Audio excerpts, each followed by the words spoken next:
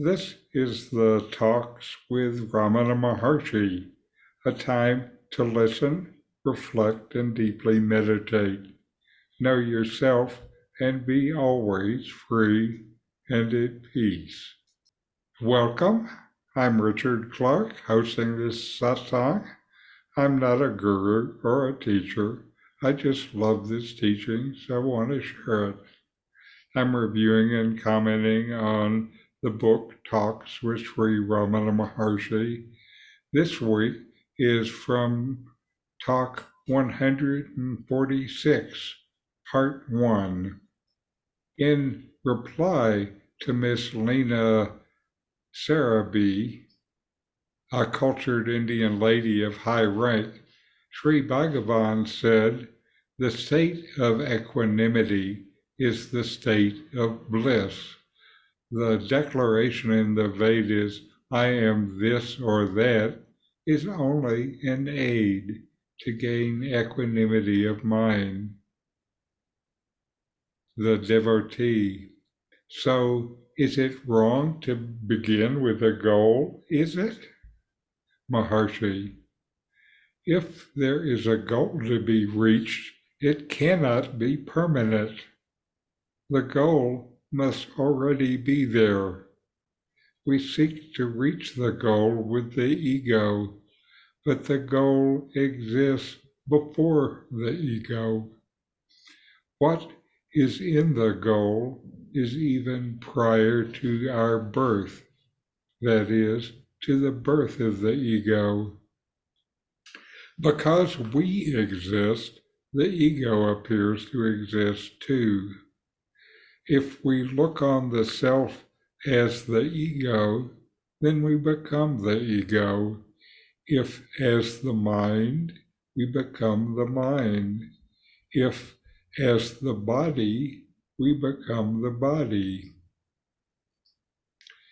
It is the thought which builds up sheaths in so many ways. The shadow on the water is found to be shaking. Can anyone stop the shaking of the shadow?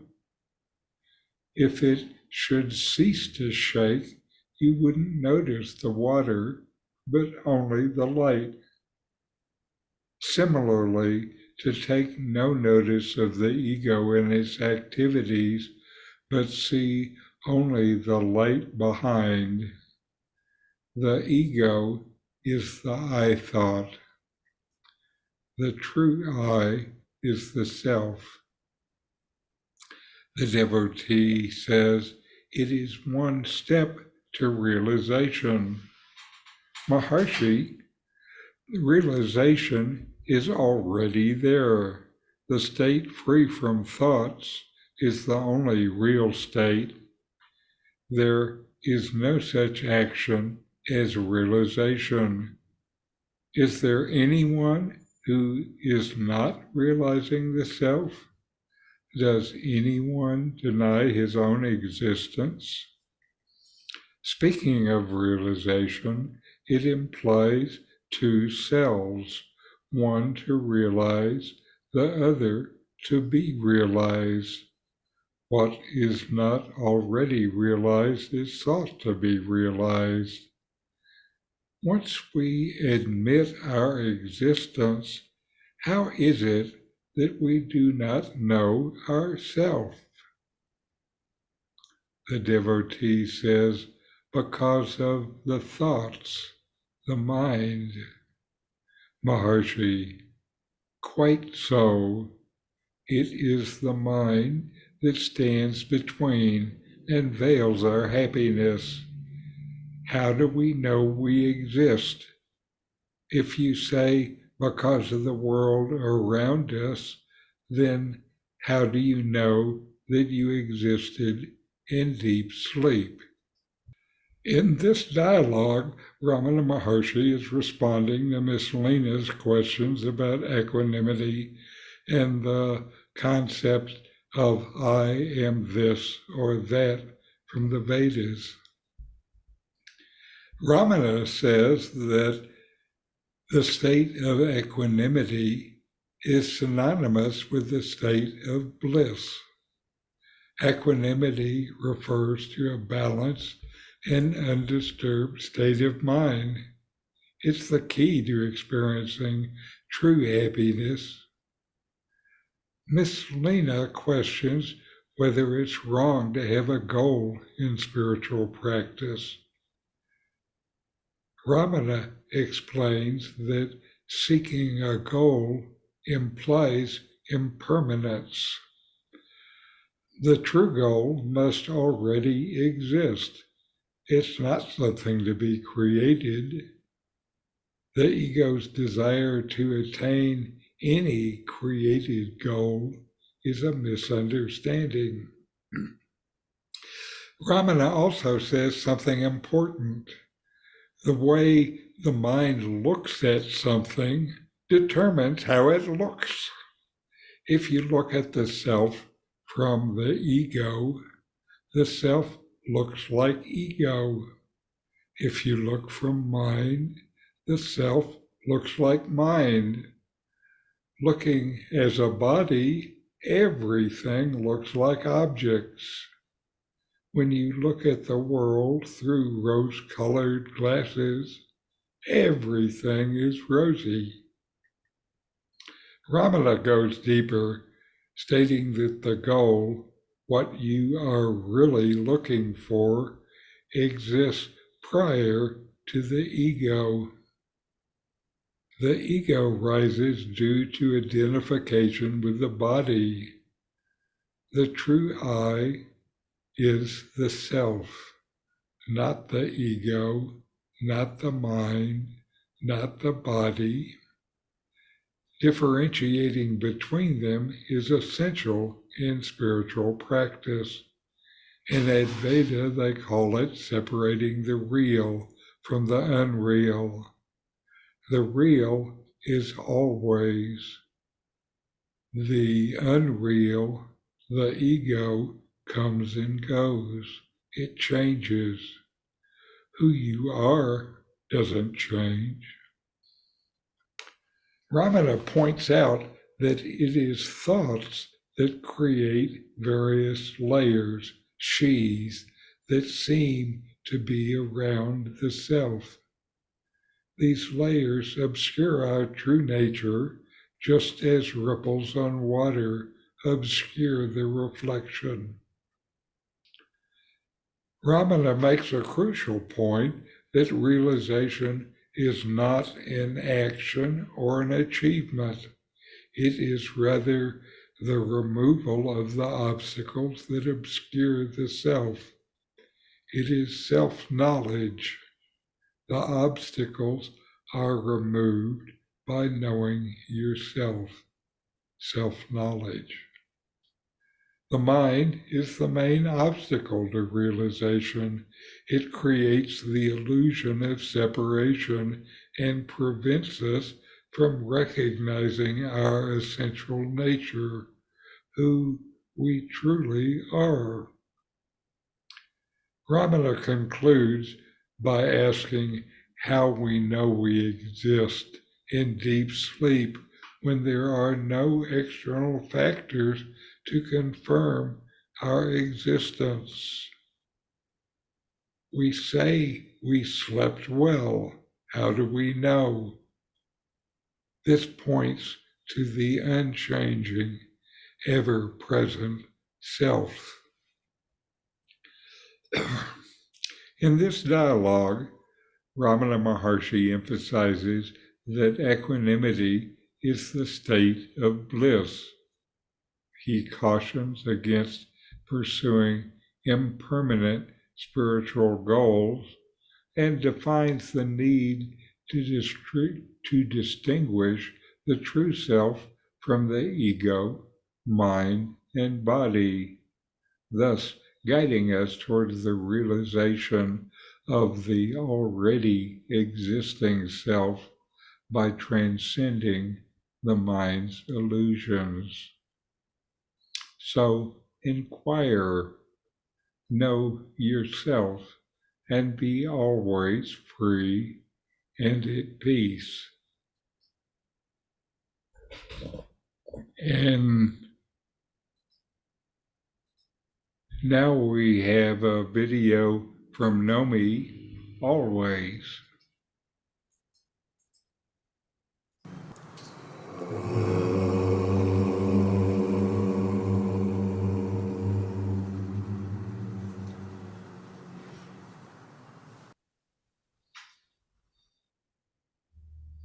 That which you truly are, you are always.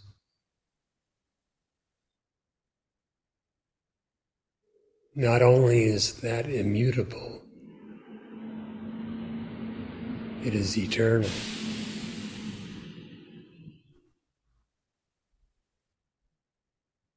What of you is eternal?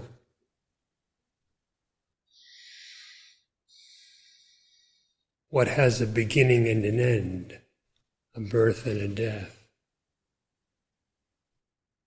Cannot be your very existence. For existence does not cease to exist at any time.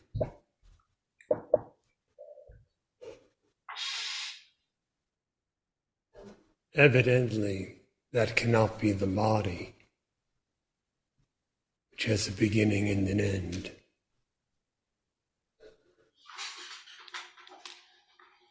If your real nature is bodiless, what is it?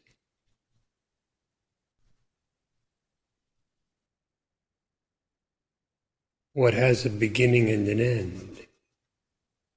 In other words, that which is not eternal is merely a false appearance and not the reality of your being.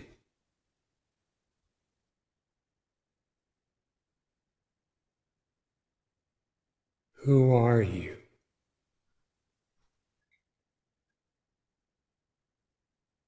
Thought is not eternal. It is momentary. What you are is always.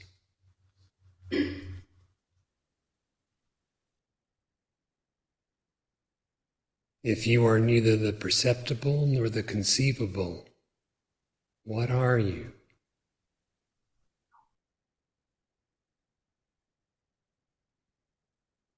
The Upanishads declare that the self is Brahman. And Sri Bhagavan, Ribhu, Adi Shankara, and others have proclaimed the nature of the self to be Satchidananda, being, consciousness, bliss.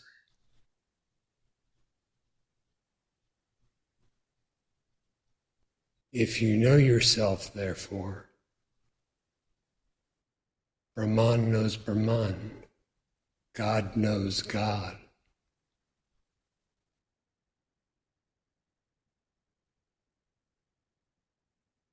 To know yourself, inquire deeply within.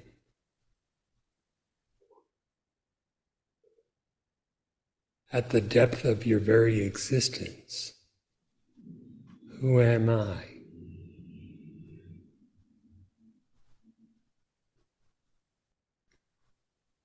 Such inquiry brings a cessation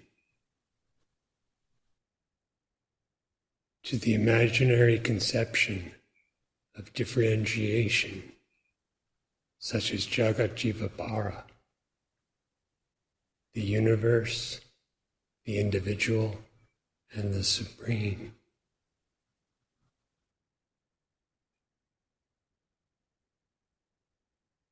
In the eternal, as the eternal, one finds complete peace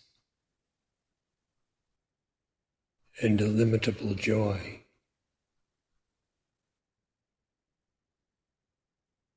Such are of your very nature.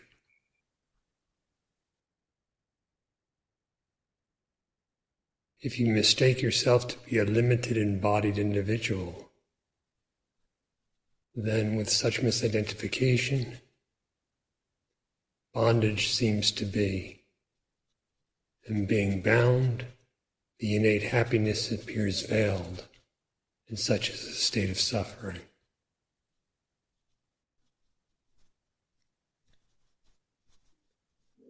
To be free of the suffering, liberate yourself from bondage. To become unbound, cease to misidentify.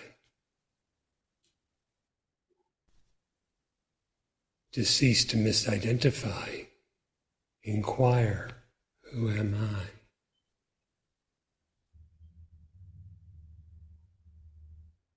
I? As all forms are seen to perish, the eternal must be formless. Your very existence is formless. What is formless cannot possibly be multiple. Differentiation is only among imagined forms.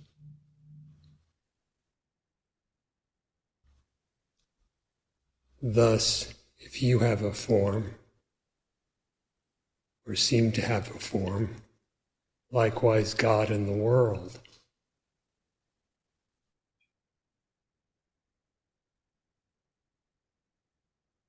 If you are the eternal, pure existence, consciousness, bliss, there is no question of form or of differentiation. There is only one homogeneous, boundless, beginningless, endless, pure existence.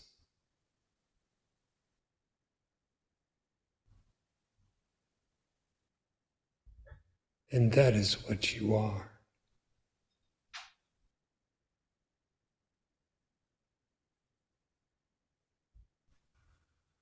The self is only one.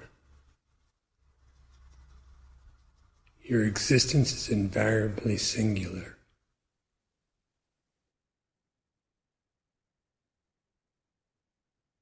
There cannot be two selves, an eternal one and a transient one.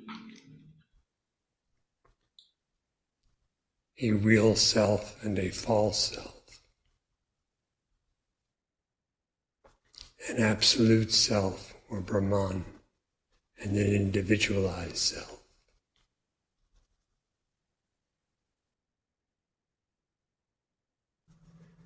If you inquire to know yourself, penetrating the very heart of the apparently individualized existence, you will find only Brahman, the absolute self, which is one without a second, for all eternity.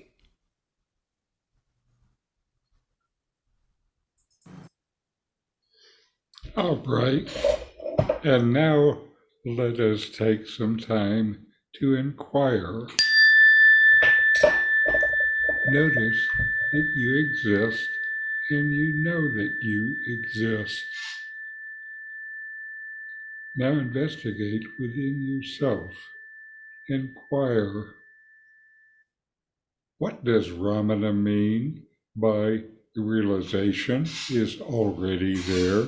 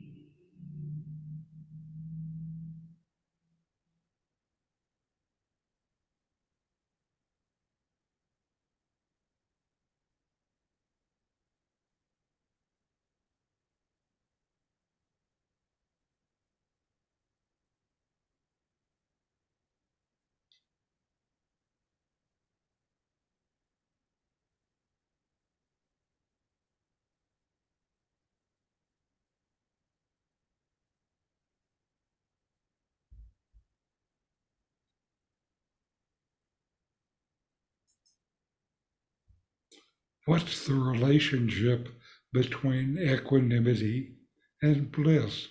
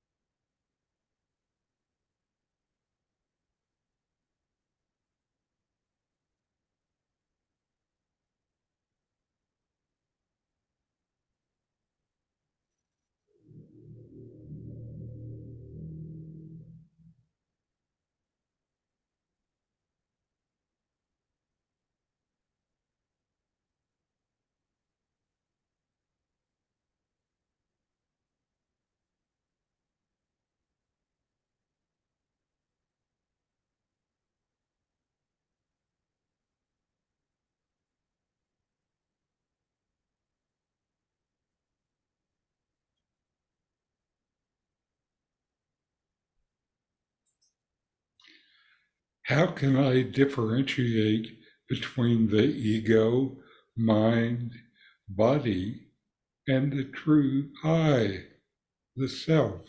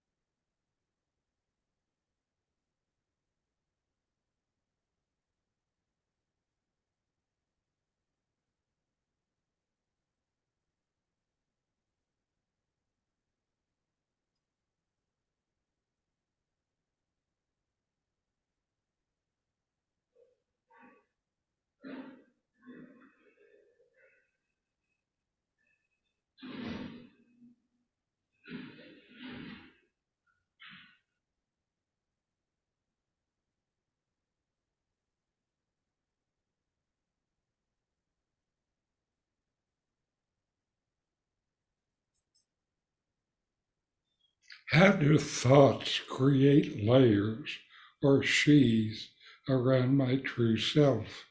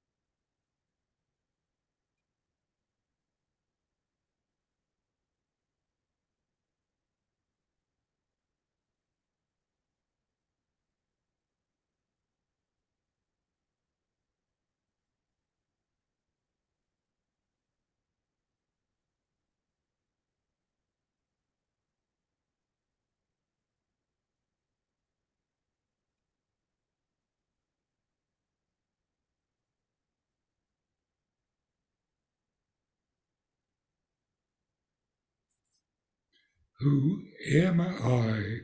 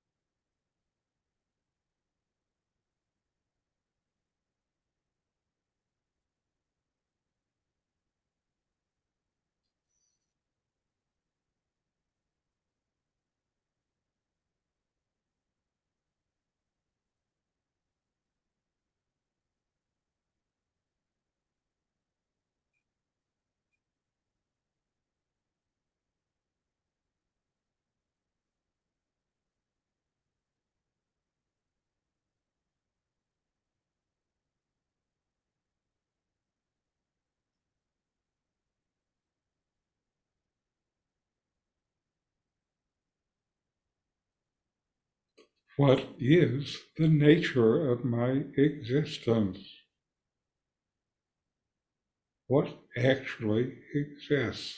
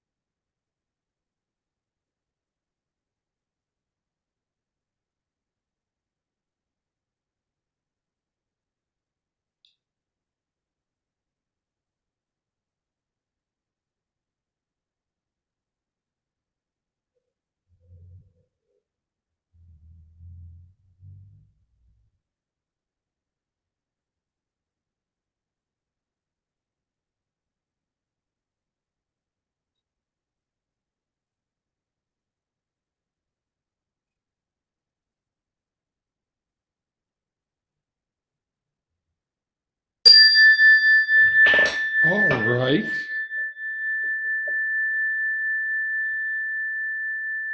And close with our chant.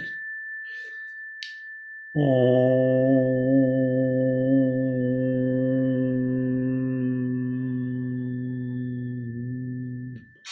Shanti, Shanti, Shanti. Om. Peace, peace, peace.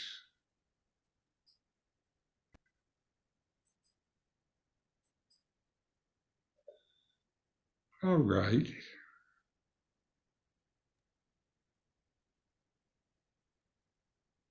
Any comments or discussion? Such a wonderful talk by Nome. Yes. Pointing to what is. Mm-hmm. And I know I've listened to that talk many times. And one of the things it really has helped me, there is something that is always, and kind of Nome started to encourage me to look for that. And what it is not anything. It's not any sensory experience. It's not any mental experience or thought.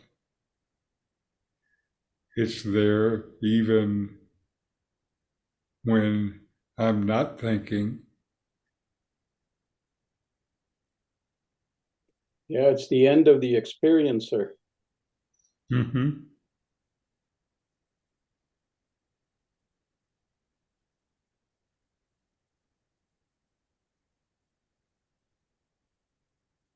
And we have the support of sages from Ramana and Nome to find that within ourselves. You know, Ramana says, how can you not find it? How silly can it be not to know what is there all the time?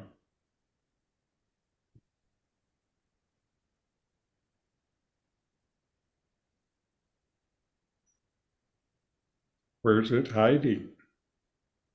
Mm. That's funny because we hide it ourselves and then we can't find it.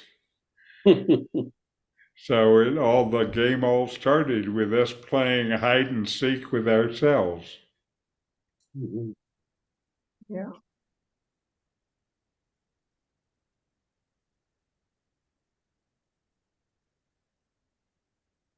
You just have to get quiet and let the noise in your mind die down.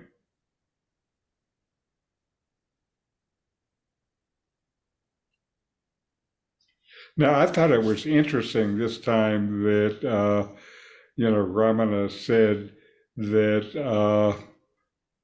how you're looking determines what you see. If you're looking from the point of view of an ego, you look at the self and you see this big ego.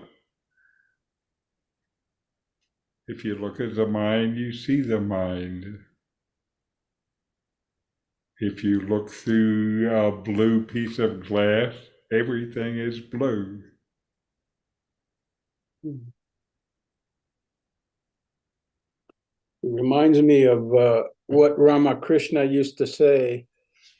If you stick the mind in a tub with blue dye, it turns blue. Red dye, it turns red.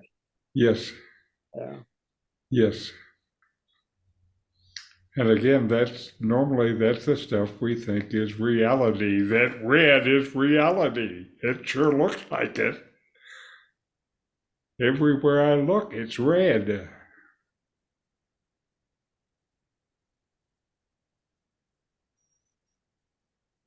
And the thing is that when we do this kind of looking, unless we've had special teaching like the four of us have had, we never even consider to look at the observer, to look at who it is that knows all of that. The things we know are so many, but the knower is just one. Yeah, I call that grace. Yes, yes.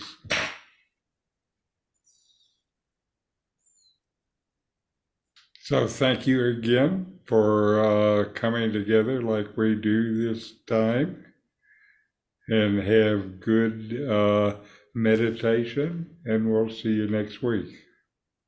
Thank you, Richard. Namaste. Thank you. Namaste.